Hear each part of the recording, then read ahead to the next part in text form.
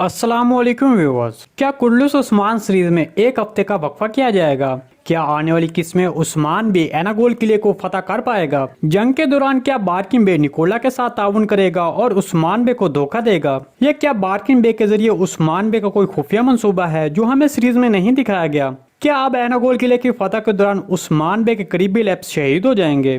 तो इन तमाम सवालात के जवाब आज के वीडियो में शामिल हैं, तो इसके लिए वीडियो को आखिर तक लाजमी देखिएगा। मगर इससे पहले आपसे गुजारिश है हमारे चैनल को सब्सक्राइब कर दें। सबसे पहले आपको बताते चलें कि मीडिया पर यह खबरें गर्दिश कर रही हैं कि ईद की छुट्टियों के बाद कुर्लुस उस्मान सीरीज में एक हफ्ते का वक्फा किया जा सकता है। ताहम मेरे ख्याल में मीडिया पर दी जाने वाली खबरों की तस्दीक आने वाले सोमवार को हो जाएगी, क्योंकि उस दिन पता चलेगा कि सीरीज में वक्फा किया जाएगा कि नहीं। मतलब अगर ट्रेलर रिलीज किया जाता है तो फिर 93वीं किस्त भी आने वाले हफ्ते को रिलीज की जाएगी। चलिए अब एनागोल किले की फतह के बारे में बात करते हैं। उस्ताद आरियुस की मौत के साथ एनागोल किले की फतह में एक बड़ी रुकावट दूर हो गई, तो इस तरह ये सीजन अब एनागोल किले की फतह पर ही खत्म हो जाएगा। अगरचे असली तुर्गुत बे ने तारीख में एनागोल किले को फतह किया था, लेकिन अब उस्मान बे और मौजूदा तुर्गुत बे के जरिए इसकी फतह दिखाई जाएगी। तो यहाँ पर दो इम्कानात जो हो सकते हैं, उसमें सबसे पहले तो तारीख में उस्मान बे ने एक ही वक्त में बिलिज्जी किले और यारसार किले को फतह किया था और उस वक्त तुर्गुत बे ने एनागोल किले को फतह किया था। तो अब जैसा कि आपने देखा कि बिलिज्जी किला पहले ही सीरीज में फतह किया जा चुका है, ताहम यारसार किला अभी बाकी रहता है।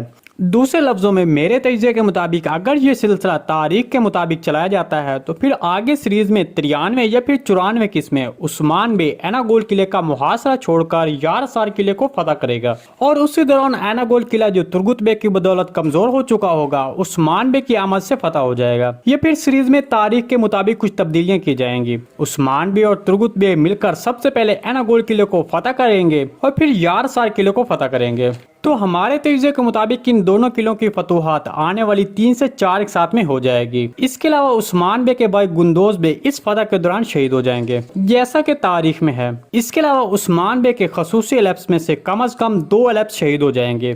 ताहम अभी यह बात वाज़ेह नहीं है कि कौन से एलेप्स शहीद होंगे, लेकिन उस्मान बे के दो एलेप्स इस सीजन में ही सीरीज को छोड़ देंगे। क्या सीरीज में गुंदोज बे के दूसरे बेटे आइदोगदो को भी शामिल किया जाएगा? तो इसके बारे में आपको बता चलें कि गुंदोज बे के बेटे आइदोगदो को ओरहान बे के जमाने में शामिल किया जाएगा और वो ओरहान बे से चंद साल बड़ा होगा। इसके अलावा मेरे तजज़िये के मुताबिक एनागोल किले की फतह के दौरान नाकामियां जरूर होंगी। मतलब ऐसा नहीं होगा कि उस्मान बे पहली बार हमला करेगा और एनागोल किला फतह कर लेगा, तो ऐसा नहीं होगा, बल्कि ये होगा कि पहली बार हो सकता है कि उस्मान बे को नाकामी हो, उसके बाद फिर उस्मान बे को कामयाबी मिले, क्योंकि एनागोल बाकी तमाम किलों से ताकतवर किला है। अगरचे आरियुस की मौत में थोड़ी जल्दी की गई है, लेकिन अब आगे बार्किन बे उस्मान बे के लिए यकीनी तौर पर मुसीबत खड़ी करेगा और फतह के दौरान उस्मान बे को धोखा देगा। जी दोस्तों, आज की वीडियो बस यहीं तक थी। उम्मीद है आपको पसंद आई होगी। अगर हमारी वीडियो आप तक बर वक्त नहीं पहुंच रही तो हमारे चैनल को सब्सक्राइब कर लें और बेल आइकॉन लाजमी प्रेस कर लें, ताकि हर आने वाली नई वीडियो की नोटिफिकेशन आप तक बर वक्त पहुंचता रहे।